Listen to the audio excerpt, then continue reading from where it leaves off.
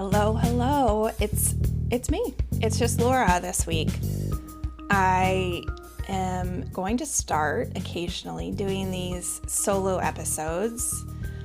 I realized I've had 3 podcasts. This is my 3rd, and I've never done an episode alone.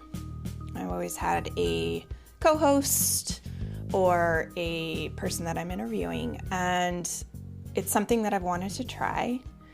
I did a very formal survey in my newsletter and asked people if they were interested in that type of thing, and got some topic suggestions too. And so here we are. I'll be doing these occasionally. It'll be just me riffing on an idea that I am thinking about. And the topic for this one was very easy to choose because it's something I have been, really fair to say, I've been obsessed with it for the better part of the last year and even prior to that. So it's around social media. I have tried, we all know, we've seen the documentaries at this point. We've all, read the stats. We know that social media is linked to anxiety and depression, and that, we all, anyone that I talk to about it is like, oh yeah, it has this effect on me. But I've noticed that not all, but in most cases, it doesn't really change people's behavior. They're still on there. And I recently took myself off, and I'll talk about that later in the episode. But I've been really, I'm obsessed with it like I was obsessed with alcohol and getting sober from alcohol and the bigger picture of alcohol in our culture back in 2013, 14, 15, as I was getting sober. And this feels very much the same. I can't stop thinking about it. I can't stop talking about it. I can't stop wondering about it. So I'm just going with that. And what I'm trying to understand is, what is it exactly? Like, I know at a high level, it's comparison, and it's, things that I've written about, the having a circle of concern that's far too big for us to manage cognitively, and the shaming that people do, sort of depersonalization and all of that. But I want to dig deeper. I want to know more. I want to really pull it apart and pull on these threads.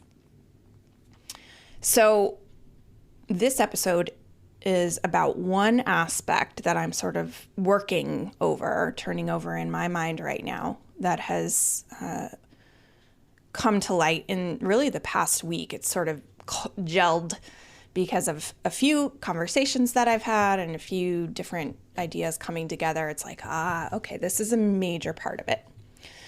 So that's what I'm going to be sharing today. So our tale begins with me. Well, actually, my daughter. She is 12 years old right now, Alma. She's entering junior high this week, 7th grade, and it's a new school. 7th and 8th grade is junior high, just like it was for me. And Alma has not asked me to come sleep with her in her bed for a long time, for over a year. Her and I shared a bed when her dad and I separated and got divorced back in 2012, and we just shared a bed. Even though she had her own room, we shared a bed. And when I moved in with my boyfriend, when we moved in, it kind of coincided with the perfect timing of her wanting her own space and starting to be repelled by my very existence. And so she has been sleeping in her own bed, happily. But this past week, she asked me to come. She knocked on my door in the middle of the night and asked me to come sleep with her 4 different nights. So I was like, okay, what's going on here? And it didn't take me long to figure out, like, oh, this is about school anxiety going into junior high. One of the nights, the last one where she asked me to come sleep with her, I didn't just go in there and, we fall asleep right away. She wanted to talk, and she talked for an hour and a half. And I usually would shut that down because sleep is, I need my sleep. I don't mess around with my sleep. And plus I'm not awake I'm not really prepared for conversation at 2 a.m. But I could tell she just needed to say these things and vomit them out of her mouth and process. And it was all about her friends, social connections. What if this? What if that? This is what this person's doing. This is what that person's doing. This is who I am. Really, like, all the things that she's talking about a lot during the day, but it was like concentrated, anxiety and excitement, all coming out at once.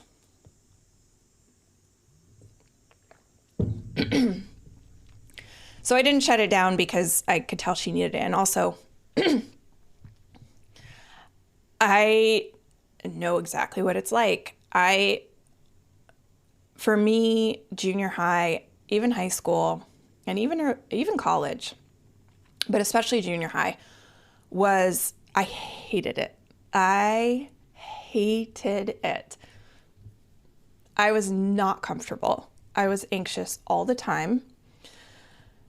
And it was, oh God, I had so much anxiety. So I've been thinking about that. It was really all about managing all the social connections and being so acutely aware of where I stood, where other people stood, the sort of social hierarchies. I was never someone that didn't care. I always cared a lot. And to a degree, I think that's completely normal. It's part of that process of that part of life, right? Some people care more than others. I cared the most, and it made me so extraordinarily uncomfortable every day, all the time. What my daughter was doing in the middle of the night was what I did 24/7, all through junior high, all through high school, with very little break. There was very little rest that I felt in those times. I was just so aware, and I was never pretty enough or funny enough or sexual enough or confident enough. I was never, I didn't have boyfriends. I was a late bloomer in that way. I didn't really know what to do. And I was always part of the popular group. And that came with its own,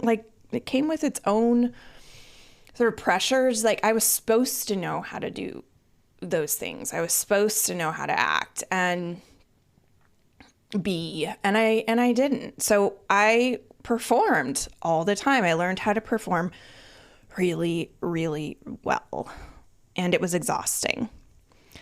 Okay, so that was me, and this became highlighted because of what Alma did the other night, and all these other things that I've been thinking about. So there was that, and then enter alcohol in high school, and I realized that it was like this superpower. When I drank, it overrode my anxiety, that part of me that was always on and had my antenna up and was trying to manage all these things. And then it also allowed these things to come forth within me. I could just be this person that was pretty enough or funny enough or sexual enough or confident enough in those moments. And that was such a relief. So last week, coincidentally, I talked to Dr. Anna Lemke. She is the medical director of the Stanford Addiction Medicine program director for the Stanford Addiction Medicine Fellowship. She's a really big deal at Stanford, as you can tell. And she is this wonderful, wonderful woman and wrote a book that just came out last week called Dopamine Nation. And it's all about really addiction and the role that dopamine plays. And we had this I got her book and was able to dig into a little bit of it. And one of the things that I found was where she introduces this concept of the false self versus the true self, which I hadn't heard of this before. It was introduced by Winnicott in the 1960s. He was a psychoanalyst.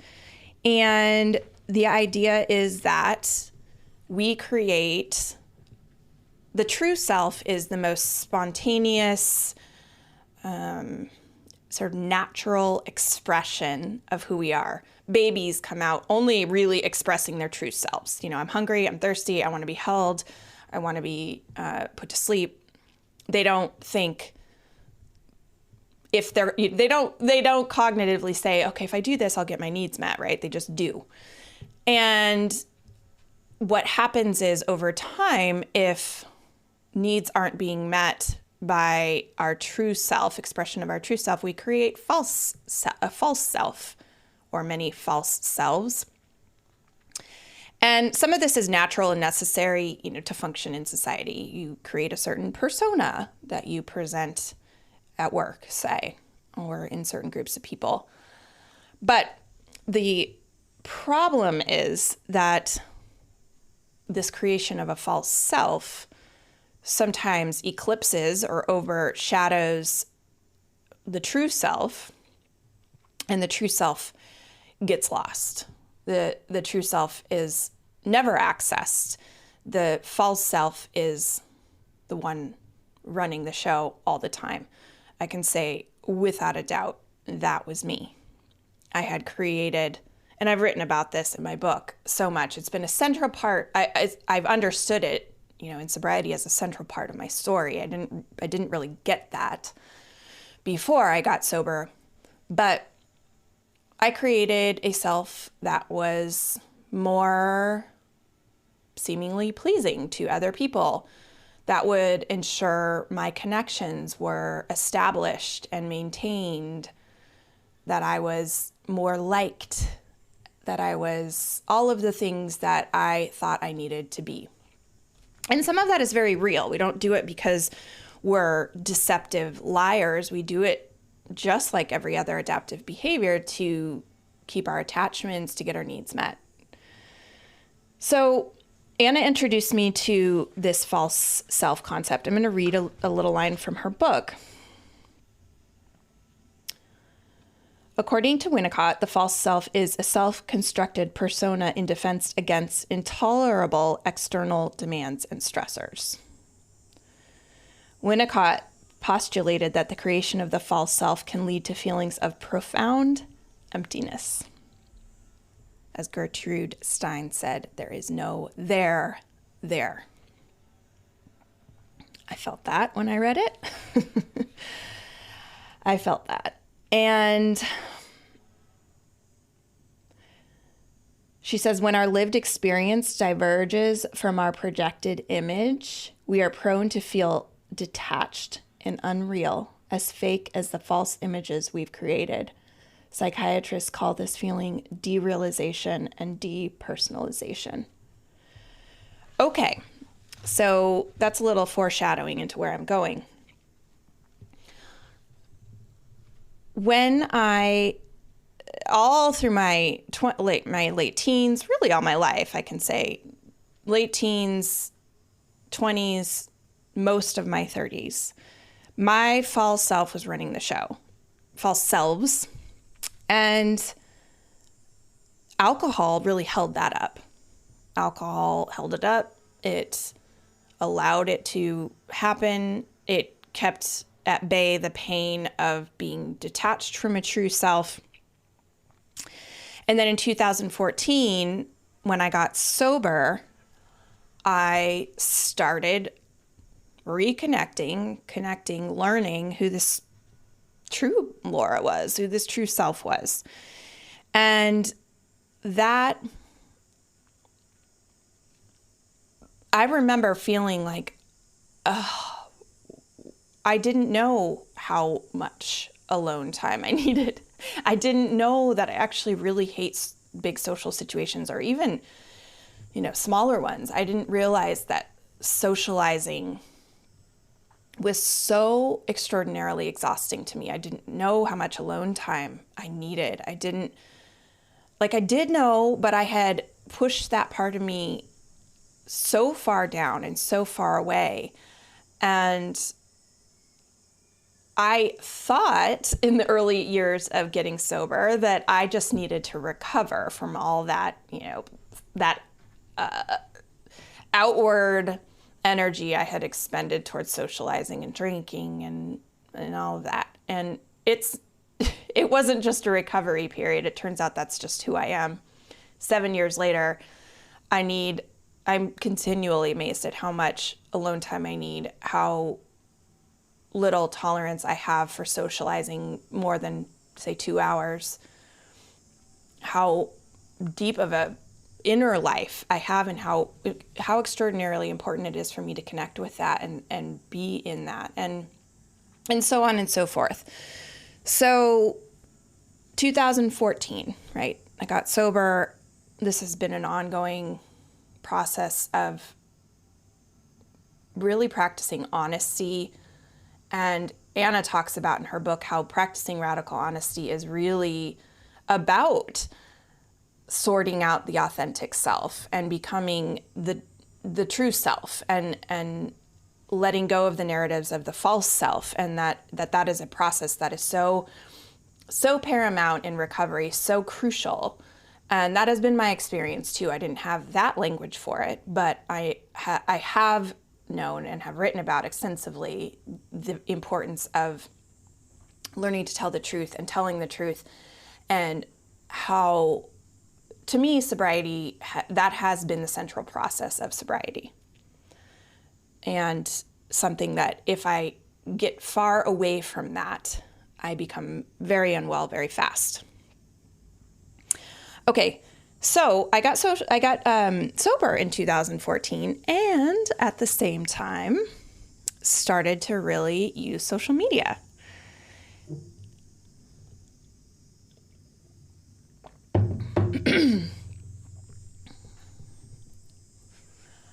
I created my business Facebook page for writing and sharing, my thoughts around the things that I was writing about at the time, mostly related to getting sober and addiction.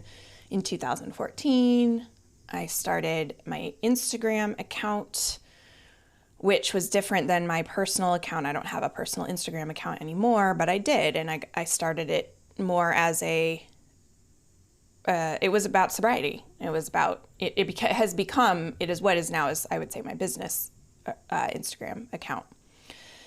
And I've been someone who used social media really from the beginning, when Facebook started in 2007. But the personal side of my personal account on Facebook is it's never really dragged me into a dark place. I don't pay much attention to it. I haven't paid a ton of attention to it ever, really.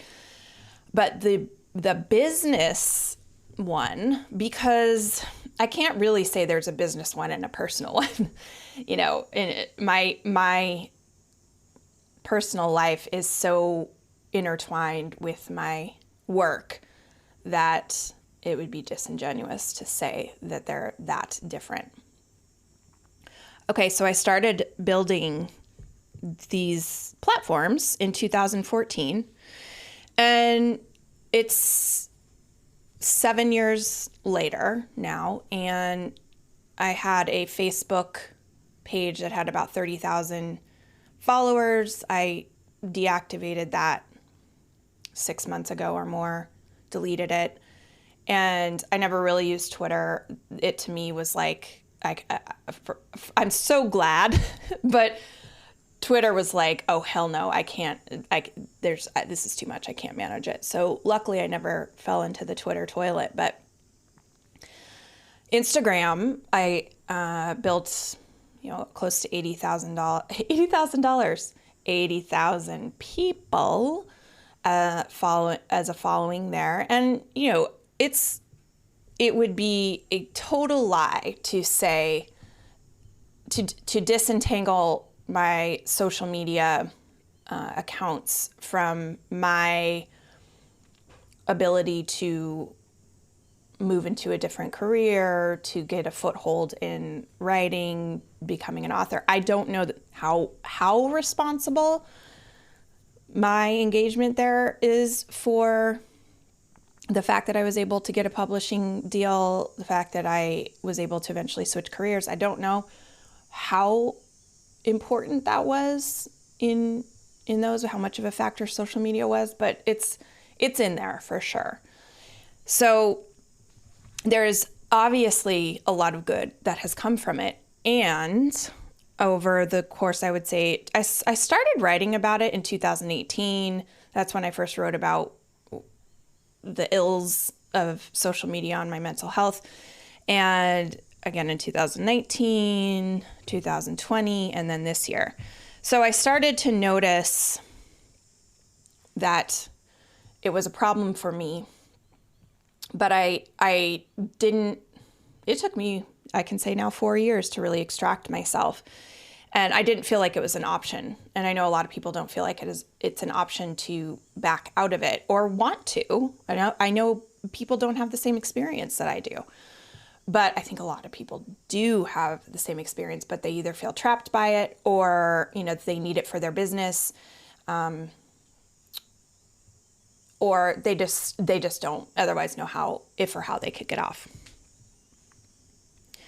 Okay, but I digress. So back to this false self concept. I want to read you another part of what Anna wrote in her book. She says, "The antidote to the false self is the authentic self. Radical honesty is a way to get there. It tethers us to our existence and makes us feel real in the world." Okay, I want to say that again. It tethers us to our existence. So I don't know if you've had this feeling before, but I know for me,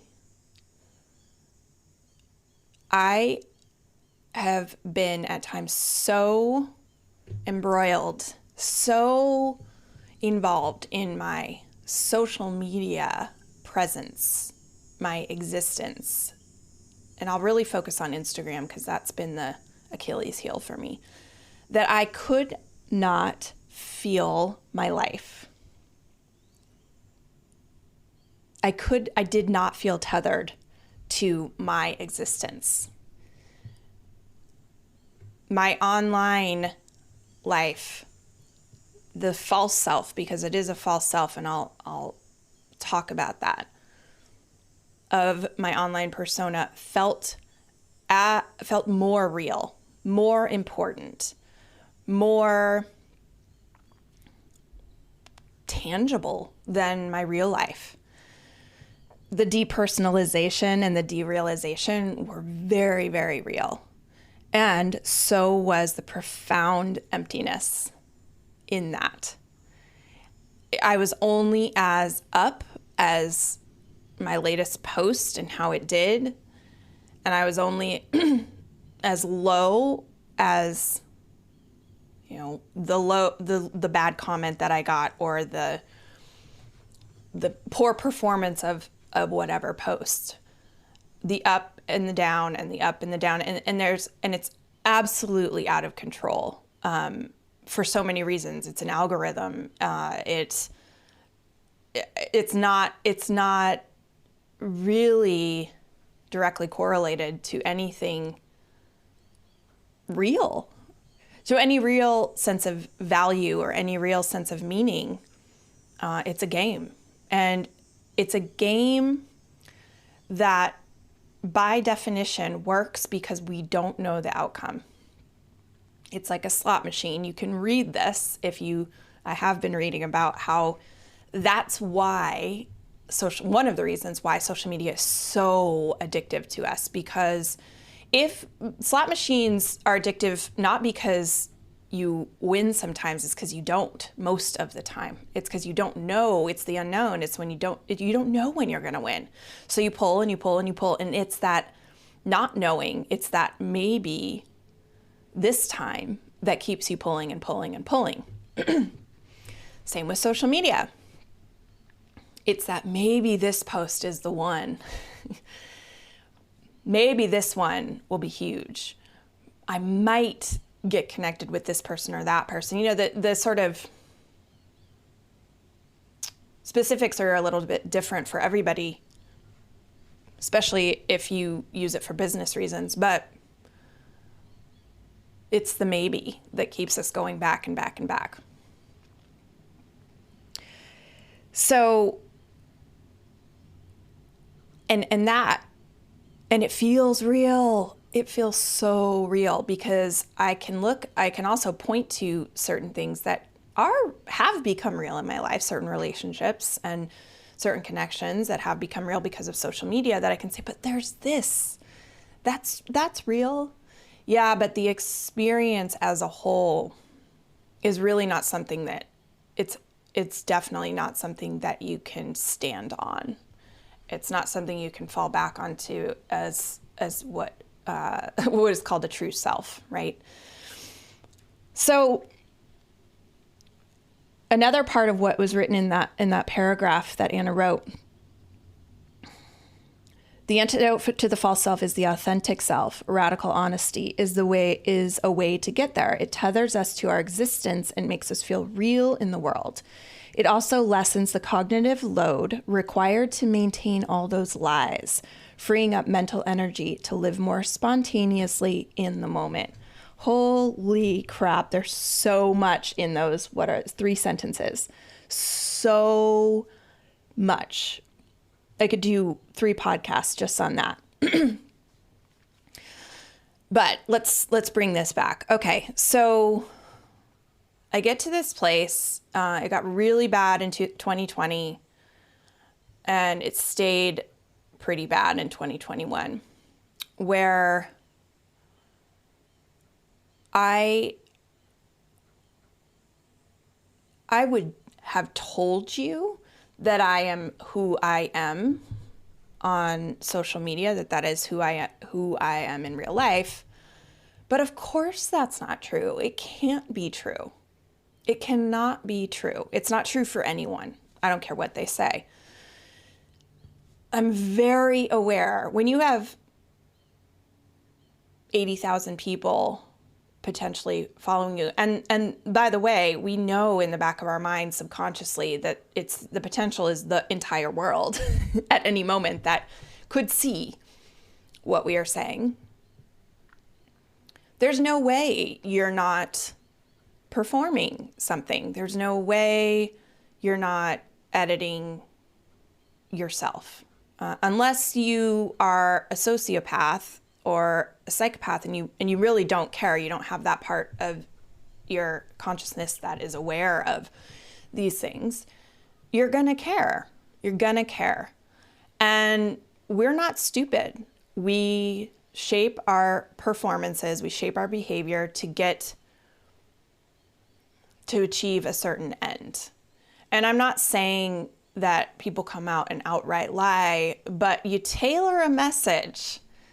So you leave things out, or you express things in a certain way. It's a certain skill you develop for being on social itself, so that you can project.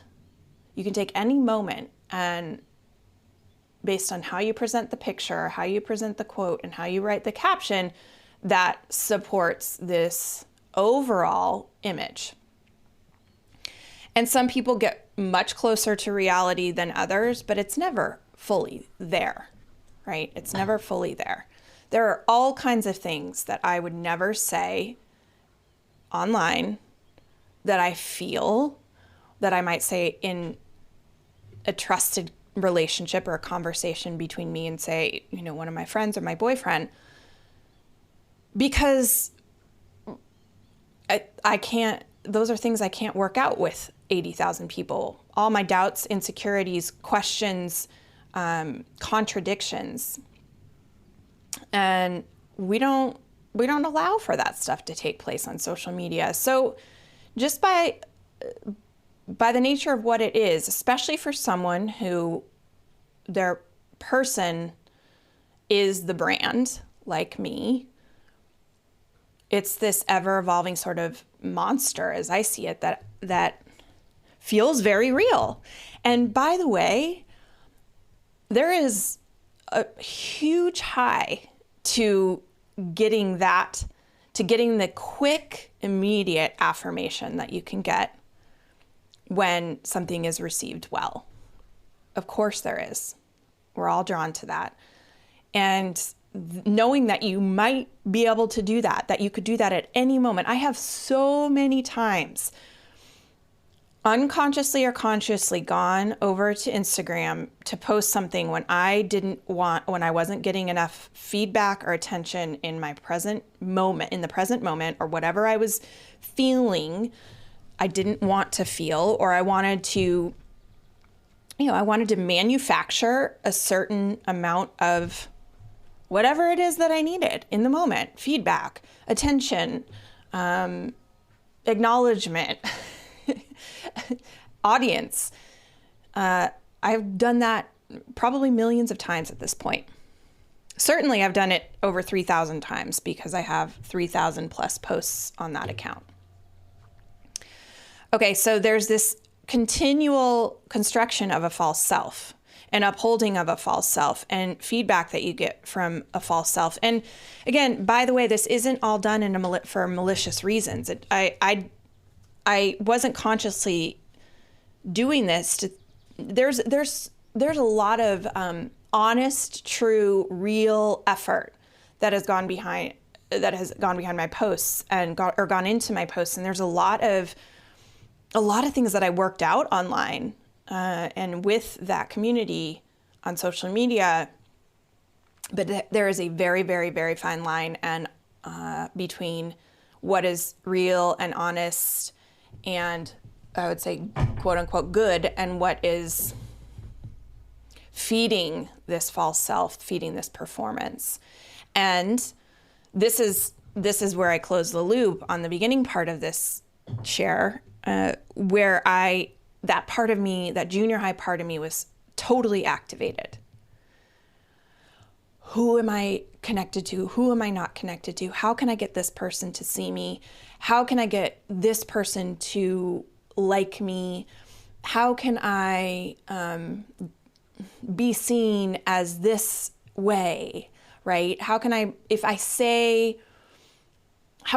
comment so that it's clear where I stand on this issue, so that I can be seen in this certain way by certain people to uphold this image, even if that's not how I really feel.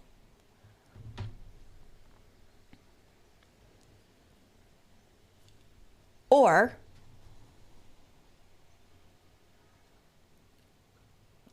staying silent on something where I do have a certain opinion, because I am not willing to expose that part of my process, to expose that view, because it's in conflict with what feels safe for me to show.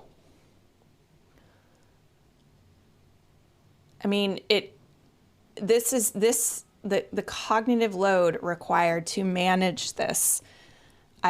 I can't even imagine. I have some ideas based on how I feel, from being off of it for a few months. Chiefly that I used to need to nap every single day. I would wake up and basically fantasize about when I could get back into bed. And I rarely went a day without taking a nap.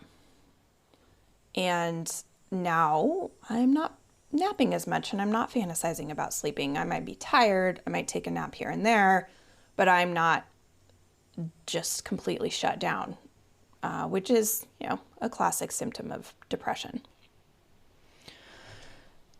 Okay, so this constant sort of monitoring of one's self is the exact opposite of how the true self is characterized. Being able to be spontaneous in the moment, having your feet tethered to where you are, sharing how you actually feel, and not editing, not performing. So I have this vision, right, of all these false selves interacting with false selves on social media. And it's actually like some kind of horror movie. Or, well, we've all seen, I don't know if we've all seen, but a lot of us have probably seen Black Mirror. If you haven't, you might want to go back and watch. There's an episode about social media. And that came out several years ago. And I remember seeing it and thinking, oh, that is really eerie. And it feels way too true now.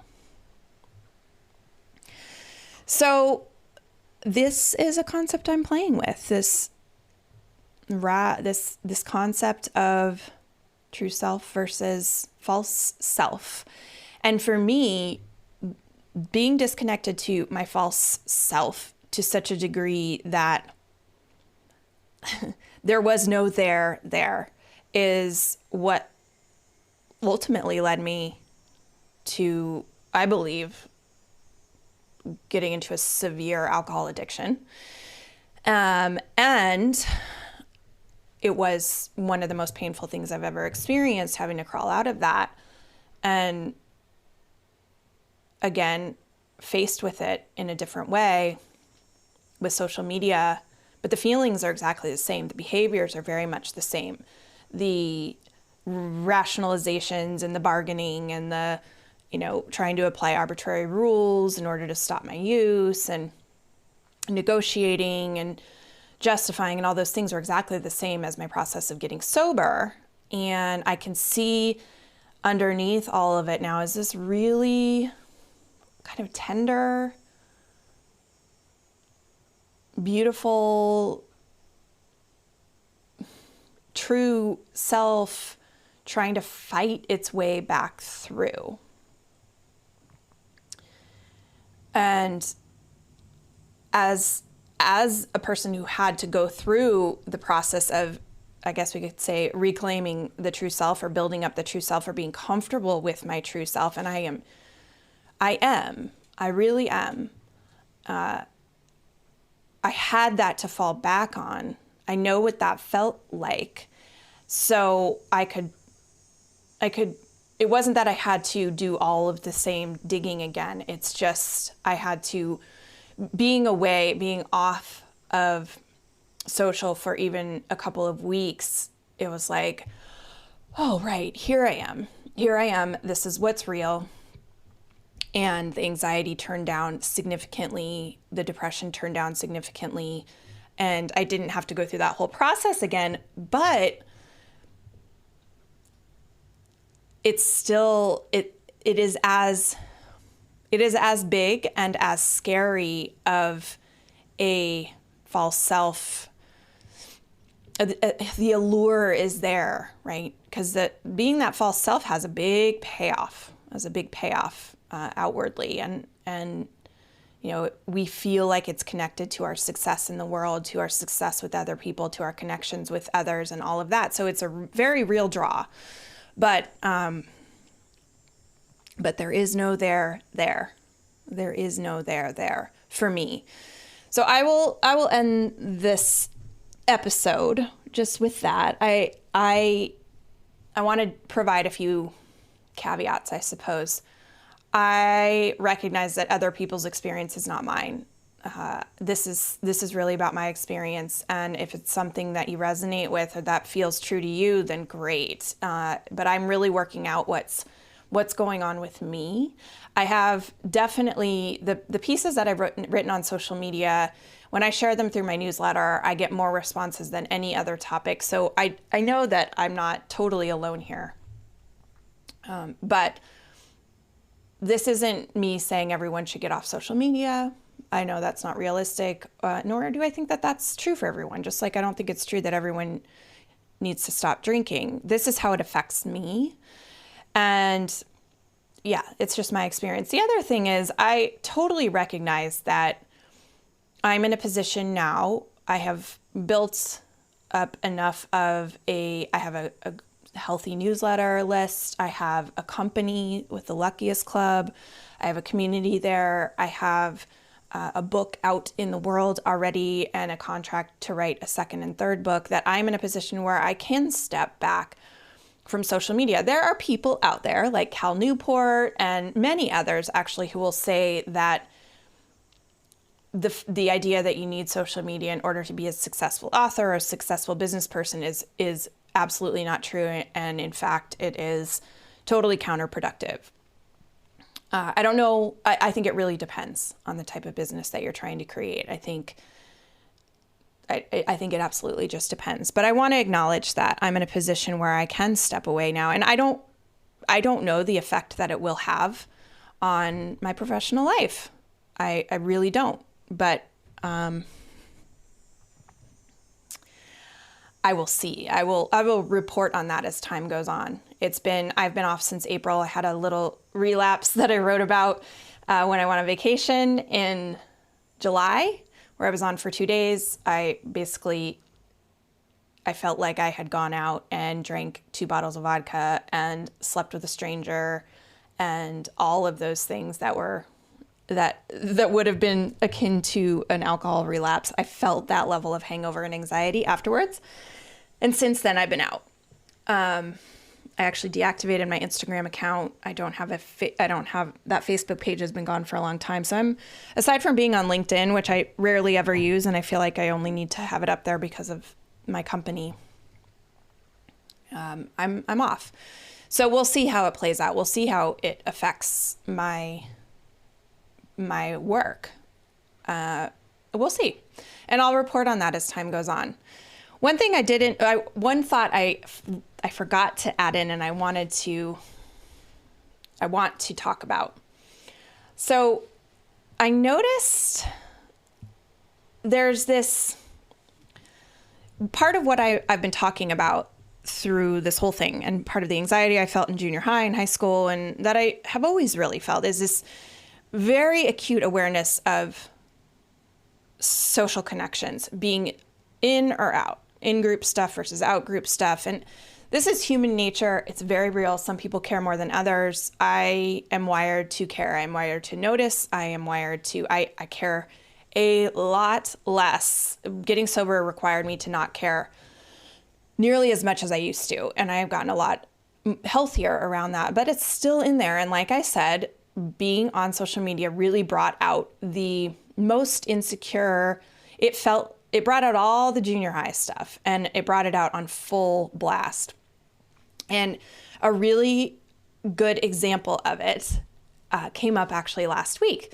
Someone sent me a post that the holistic psychologist, you might follow her on Instagram.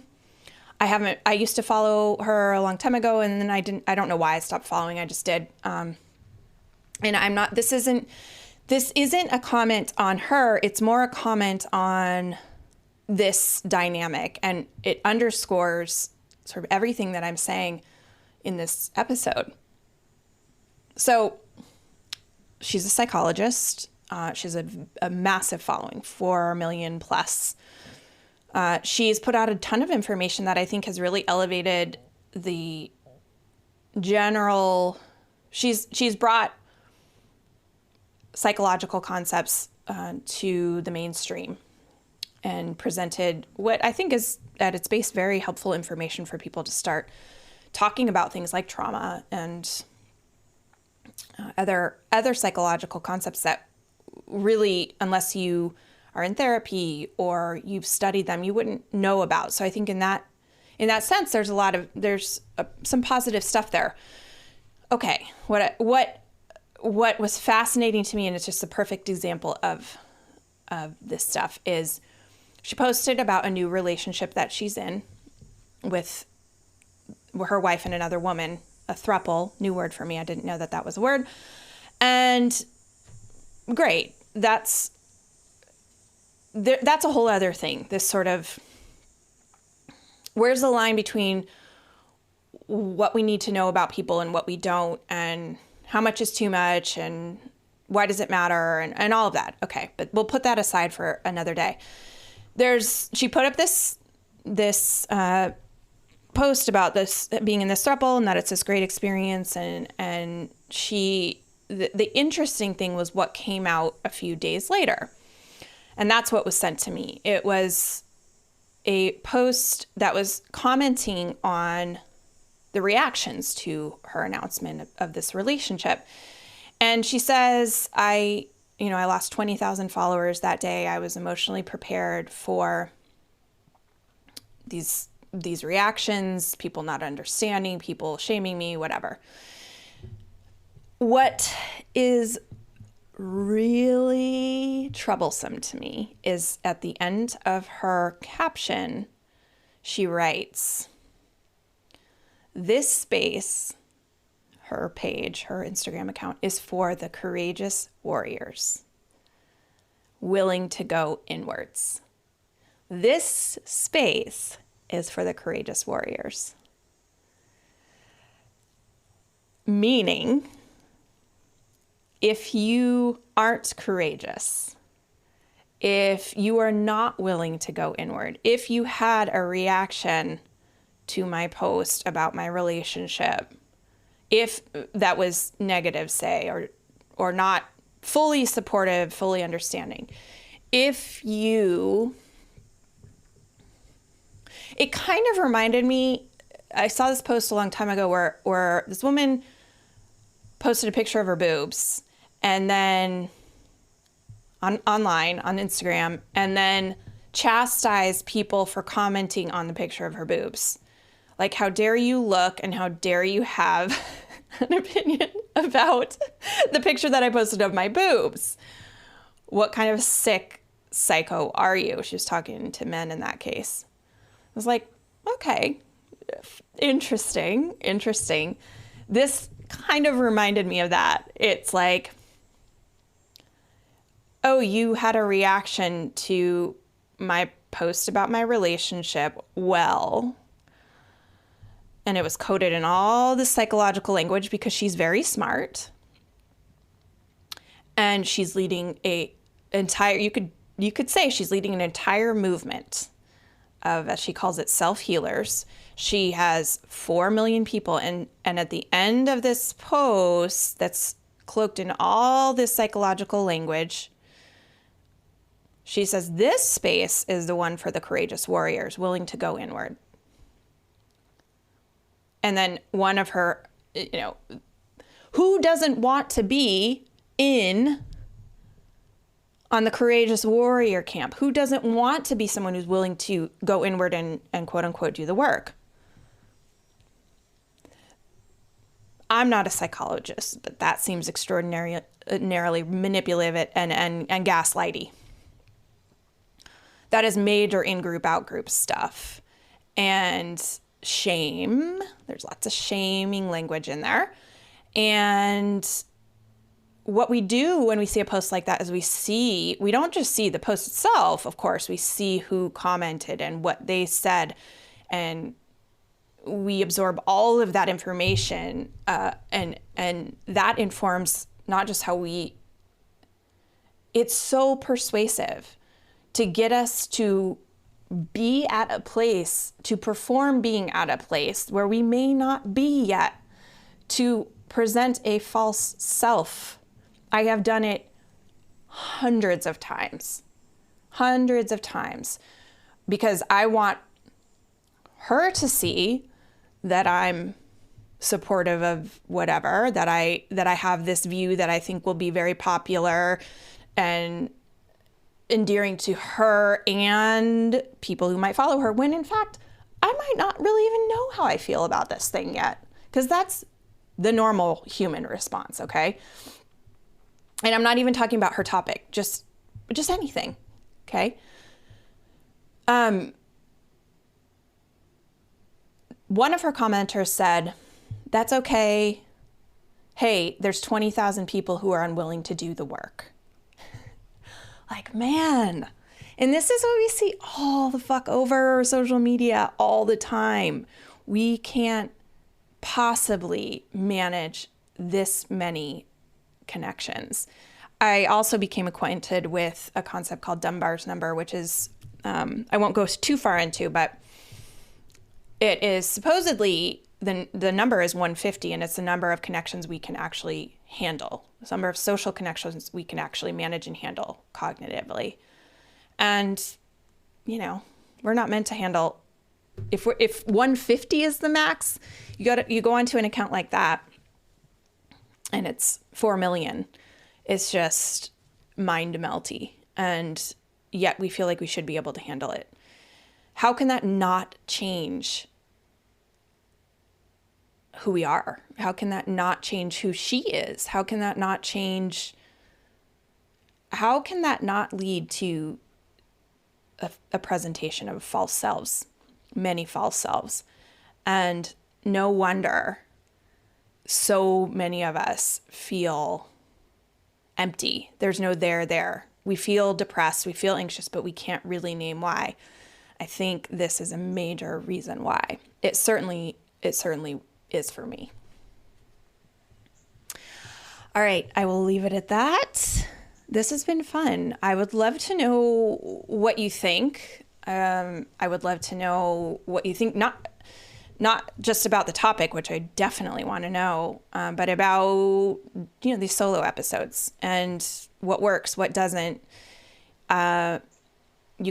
We have regular conversations about the episodes on our community you can go to tmstpod.com.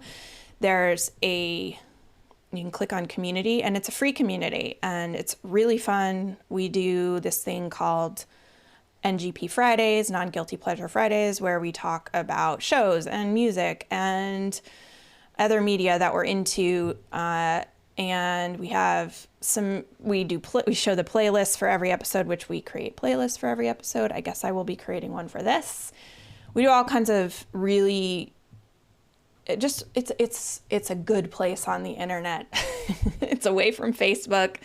It's away from Instagram. It's just a community for this podcast. So I would love to know what you think. I would love to know all of it. What works, what doesn't. Do you share this experience? Did anything I say today make sense to you? All right. Thank you for being here. Until next time.